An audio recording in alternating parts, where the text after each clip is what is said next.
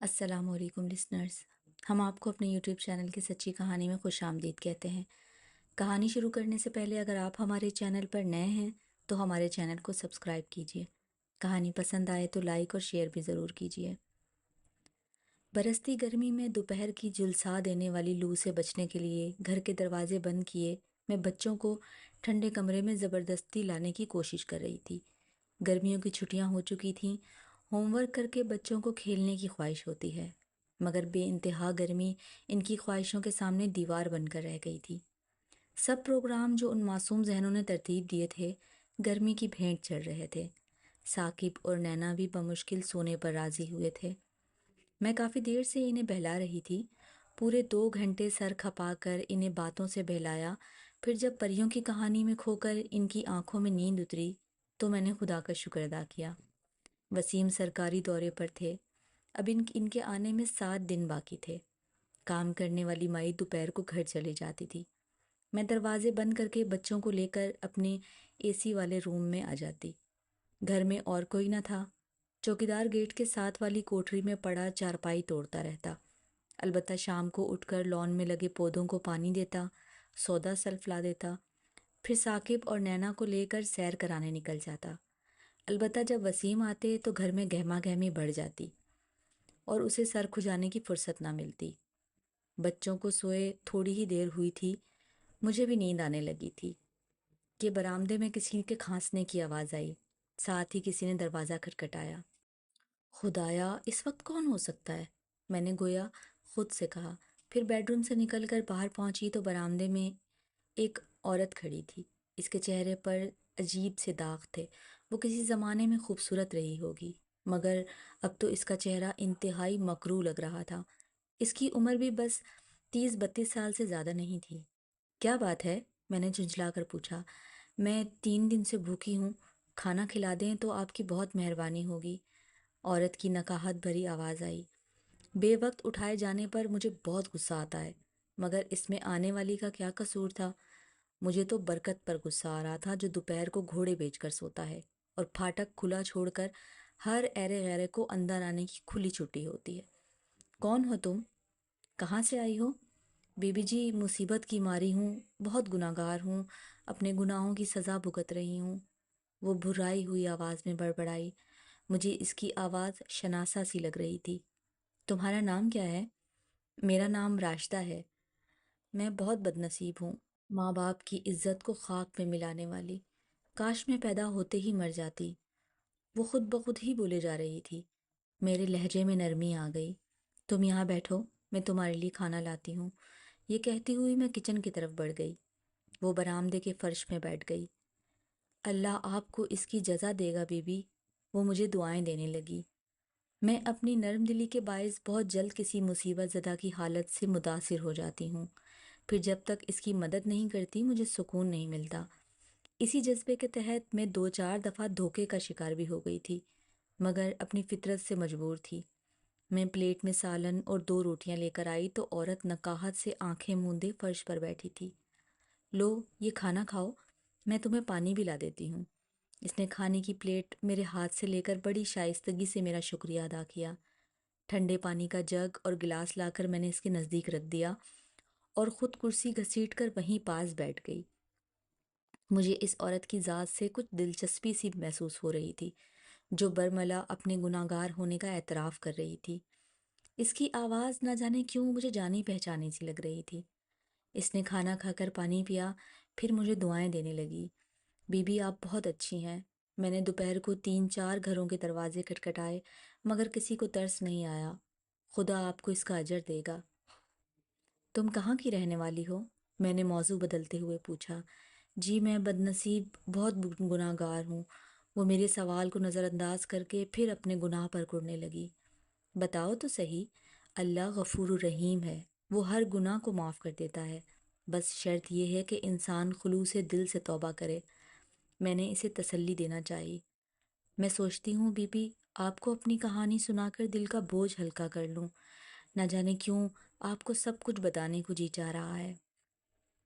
میں چودھری محمد حسین کی بیٹی ہوں، جو یہاں سے 10 میل دور نور پور میں آدھے گاؤں کا مالک تھا۔ میں نے میٹرک تک تعلیم حاصل کی۔ ہم 3 بہنیں تھیں اور 2 بھائی۔ گھر میں خوشیاں رقص کرتی تھیں، کسی چیز کی کمی نہ تھی۔ ہم تینوں ہی خوبصورت تھیں۔ مجھ سے بڑی آبدہ نے مڈل کے بعد اسکول چھوڑ دیا تھا۔ اسے سلائی کڑھائی کا شوق تھا۔ امی نے اسے قصبے کے دستکاری اسکول میں داخل کروا دیا تھا۔ مجھ سے چھوٹی زائدہ ابھی ابتدائی جماعت میں پڑھ رہی تھی۔ انہی دنوں آبدہ باجی کے لیے ایک اچھے گھرانے سے رشتہ آ گیا۔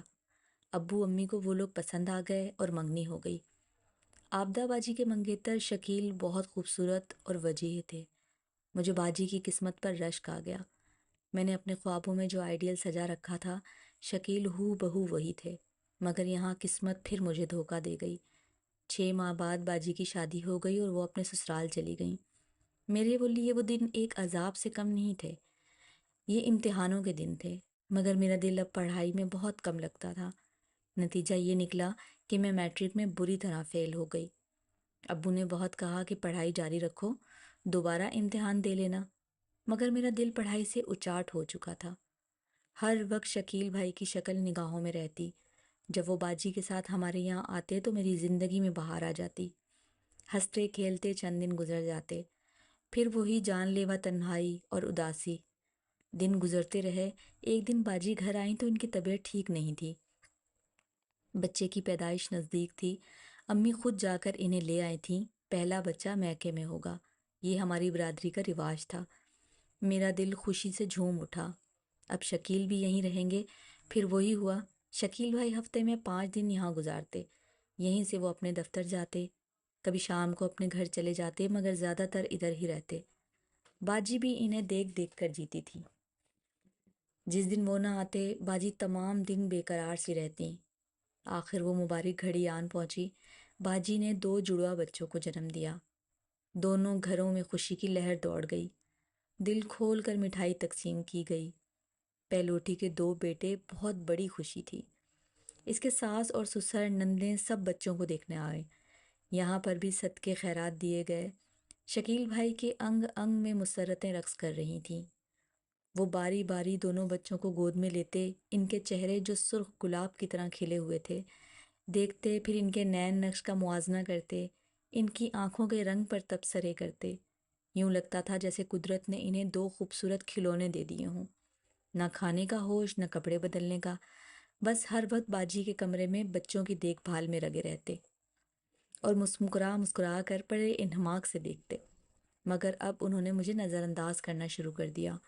صرف حکم دیتے، راشدہ جلدی سے فیڈر صاف کرو، دودھ گرم کر کے لاؤ، بچوں کے کپڑے بدل دو، یہ کر دو وہ کر دو، اور میرے دل میں ان بچوں سے حسد کا مادہ جنم لینے لگا۔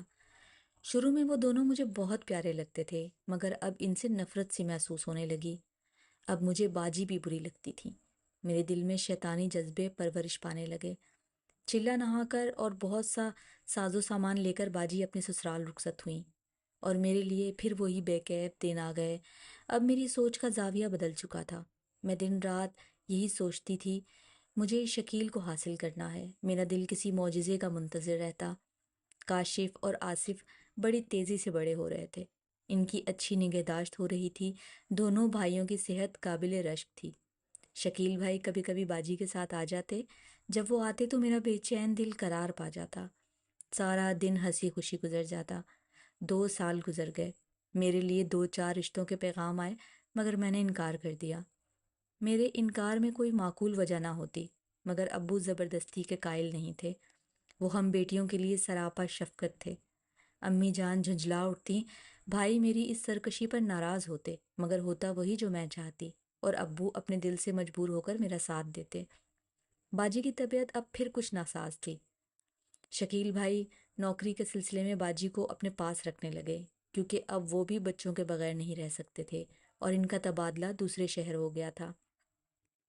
باجی کے سسرال والوں نے بخوشی شکیل بھائی کو اجازت دے دی۔ انہوں نے وہاں ایک چھوٹا سا بنگلہ نما مکان کرائے پر لے لیا۔ باجی اور بچوں کو ساتھ لے گئے۔ شکیل بھائی نے ابو جان کو ٹیلی فون کیا، کچھ دنوں کے لیے راشدہ کو بھیج دیا جائے، آبدہ کی طبیعت بہت خراب ہے۔ ابو نے امی کو بتایا، اور جب مجھے پتہ چلا تو میرا دل خوشی سے جھوم اٹھا۔ میں نے اپنے کپڑے ٹیچی میں رکھے اور جھٹ تیار ہو گئی۔ میری یہ خوشی گھر والوں کی نگاہوں میں بچوں کو ملنے کے بنا پر تھی، مگر میرا دل جانتا تھا کہ اس خوشی میں کون سا جذبہ پنہا تھا۔ ابو خود مجھے چھوڑنے گئے۔ شہر سے دور ایک نہر کے کنارے باجی کی رہائش گاہ تھی۔ گھر کا کام کرنے کے لیے ایک مقامی عورت آ جاتی۔ بنگلے کی دوسری طرف گھنا جنگل تھا، چاروں طرف قدرتی حسن بکھرا ہوا تھا، اور پھر سب سے بڑھ کر میری دلی تمنا، اب میں ہر وقت شکیل کو دیکھ سکوں گی، میری خوشیوں کو دوبالا کر رہی تھی۔ باجی کمزور تو پہلے ہی تھیں، اب زیادہ ہی نڈھال لگ رہی تھیں، کیونکہ پھر تیسرے بچے کی ماں بننے والی تھیں۔ مجھے یہاں پر صرف آصف اور کاشف کو سنبھالنا تھا، باقی کام رحمت بی بی کر جاتی۔ شکیل بھی اب کچھ کچھ میرے جذبوں کو سمجھ رہے تھے۔ ویسے بھی مرد ذات تو ہے ہی ہر جائی اور حسن پرست۔ جب عورت خود ہی پکے ہوئے پھل کی طرح مرد کی جھولی میں آ گرے تو پھر کسی مرد پر الزام نہیں آ سکتا۔ تنہائی، سکون اور ہر وقت کا ساتھ۔ چند ہی دنوں میں وہ میرے گن گانے لگے، میرے ہاتھ سے سب کام کرواتے۔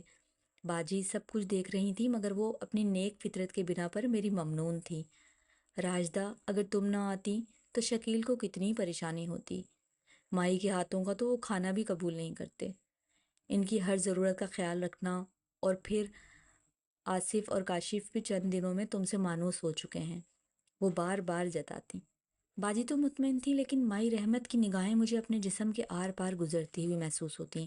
وہ دیہاتی عورت، مگر شاید اس کا تجربہ اتنا وسیع تھا کہ وہ عورت کی آنکھ کا بال بھی پہچان سکتی تھی۔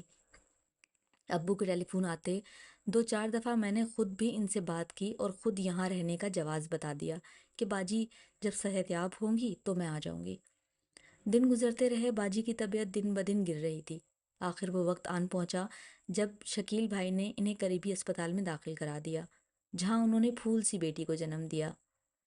میں اور شکیل بھائی ایک گنجان محلے میں مکان لے کر رہنے لگے۔ اپنے محکمے کی طرف سے انہوں نے 3 ماہ کی رخصت لی ہوئی تھی۔ ادھر جب ابو آئے تو لاغر اور بیمار باجی رو رو کر نڈھال ہو چکی تھیں۔ رحمت بی بی اگر نہ ہوتی تو باجی کے معصوم بچوں کا منہ بھی کوئی نہ دھلواتا۔ ساری صورتحال کو سمجھ کر ابو خاموشی سے باجی کو لے کر گھر چلے گئے۔ صدمے اور دکھ نے ابو کو ہلا کر رکھ دیا تھا۔ پھر زمانے میں ہونے والی رسوائی اور ذلت نے ان کی کمر جھکا دی تھی۔ ان کو موت کے منہ میں پہنچانے والی میں تھی۔ ابو نے شکیل کے والدین کو بلا کر تمام صورتحال سے مطلع کر دیا۔ شکیل کے بھائیوں کا رویہ غیظ و غضب سے بھرپور تھا۔ چپکے وہ لوگ ہمیں تلاش کرتے رہے۔ ایک روز شکیل ان کے ہتھے چڑھ گئے۔ وہ انہیں گھر لے گئے، سمجھایا، مگر ان کی طرف سے ایک ہی جواب تھا، میں راجدہ کو نہیں چھوڑ سکتا۔ ہاں، اگر آبدہ چاہے تو طلاق لے سکتی ہے۔ آبدہ باجی کو بھی پتہ چل گیا۔ انہوں نے ابو کو مجبور کیا کہ ٹھیک ہے، آپ مجھے شکیل سے طلاق دلوا دیں، میں ان کی خوشیوں میں حائل ہونا نہیں چاہتی۔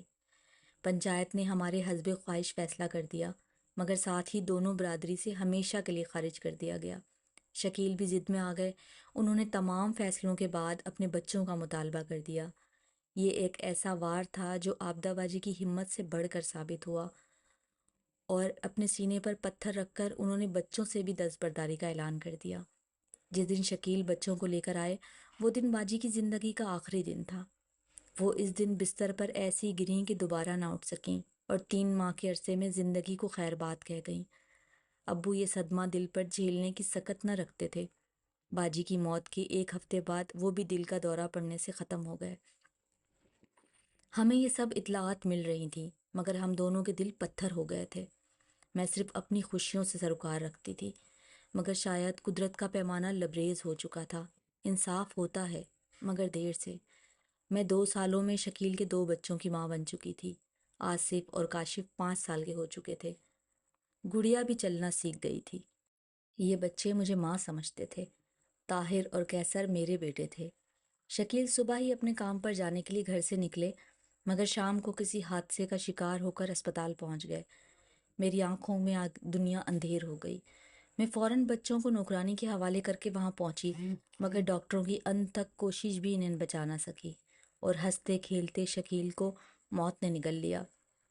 شکیل کے بھائیوں کو اطلاع ملی تو وہ آ کر بھائی کی لاش گھر لے گئے۔ ساتھ ہی میں بھی بچوں کو لے کر آ گئی، مگر اس کے گھر کے کسی فرد نے مجھے بلایا تک نہیں۔ سوئم کے بعد شکیل کے بڑے بھائی میرے پاس آئے اور بولے، راجدہ تم یہاں سے چلی جاؤ، بچوں کو ہم سنبھال لیں گے۔ مگر بھائی جان، میرے منہ سے فقط اتنا ہی نکل سکا، جبکہ میں انہیں کہنا چاہ رہی تھی کہ میں کہاں جاؤں۔ دیکھو راجدہ، یہ اگر مگر کرنے کی ضرورت نہیں۔ تم عورت نہیں، ڈائن ہو۔ اپنی بہن کی موت کی ذمہ دار تم ہو، اور پھر میرے بھائی کو گمراہ کر کے تم نے اس حال کو پہنچایا۔ خدا تمہیں اس کے کبھی معاف نہیں کرے گا، اور تم چھینی ہوئی خوشیوں سے کبھی بھی خوش نہیں رہ سکتی۔ گھر کا ہر فرد تمہاری شکل سے بیزار ہے۔ بہتر یہی ہے کہ تم اس گھر کو چھوڑ دو۔ اس کے بعد اب مزید میرے پاس کچھ کہنے کو نہ تھا۔ انہوں نے یہ کہہ کر میرے بچے بھی چھین لیے کہ یہ شکیل کی اولاد ہے، اور ہم تمہارے سائے تلے ان بچوں کو نہیں رہنے دیں گے۔ میں 3 کپڑوں میں وہاں سے نکل آئی۔ بچوں کی جدائی مجھے پاگل کر رہی تھی۔ بھائیوں کے پاس گئی مگر انہوں نے بھی دھتکار دیا۔ زمین سخت، آسمان دور تھا۔ 1-2 گھروں میں ملازمت کے لیے گئی، مگر نہ جانے ان لوگوں کو میرے چہرے پہ کون سی خباثت نظر آتی تھی کہ مجھے کوئی رکھنے پر رضامند نہیں ہوتا۔ سال گزرتے گئے، میری خوبصورتی ان داغوں کی نظر ہو گئی۔ اسی خوبصورتی نے مجھے اس حال پر پہنچا دیا۔ اب تم کہاں رہتی ہو؟ میں نے کانپتی ہوئی آواز میں پوچھا۔ میں ریلوے اسٹیشن کی پچھلی طرف فقیروں کی جھگیوں میں ایک اندھی مائی کے ساتھ رہتی ہوں، وہ ٹھنڈی آہ بھر کر بولی۔ تم مجھے جانتی ہو؟ میں نے پوچھا۔ نہیں، میں آپ کو نہیں جانتی۔ گیٹ کھلا ہوا تھا، میں اندر آ گئی۔ میں آپ کو نہیں جانتی۔ راجدہ، میں سلمیٰ ہوں۔ ہم دونوں اسکول میں ایک ہی کلاس میں پڑھتی تھیں۔ میں نے آتے ہی تمہاری آواز سن کر تمہیں پہچان لیا تھا۔ میں نے بتایا تو راجدہ رونے لگی۔ یہ ندامت کے وہ آنسو تھے جو راجدہ کو جھنجھوڑ رہے تھے۔ مت رو راجدہ، اب تمہیں کہیں جانے کی ضرورت نہیں ہے، تم یہیں رہو میرے پاس۔ میں نوید سے کہہ کر تمہارے بچے بھی تمہیں واپس دلوا دوں گی، میں نے اسے تسلی دی۔ نہیں باجی، میں اپنے گناہ گار چہرے سے ان معصوم بچوں کا سامنا نہیں کر سکتی۔ مجھے بہت بڑی سزا مل چکی ہے۔ مجھے اپنے قدموں میں جگہ دے کر آپ نے انتہائی ظرف کا ثبوت دیا ہے، مگر بچوں کو مت بلائیے گا۔ وہ تڑپ تڑپ کر رونے لگی، اور اب وہ میرے پاس ہے، مگر یکسر بدل چکی ہے۔ گھر کے کام کاج کے بعد اس کا زیادہ وقت عبادت میں گزرتا ہے۔ اپنے داغ چہرے کو لے کر کسی اندرونی سکون نے ایک رونق سی بخش دی ہے۔ شاید اس دربار میں ندامت کے آنسوں کا بہت بڑا مقام ہوتا ہے، اور شاید اللہ تعالیٰ کو اس کا ندامت زدہ چہرہ اتنا اچھا لگا کہ اس کے گناہوں کو معاف کر دیا ہو۔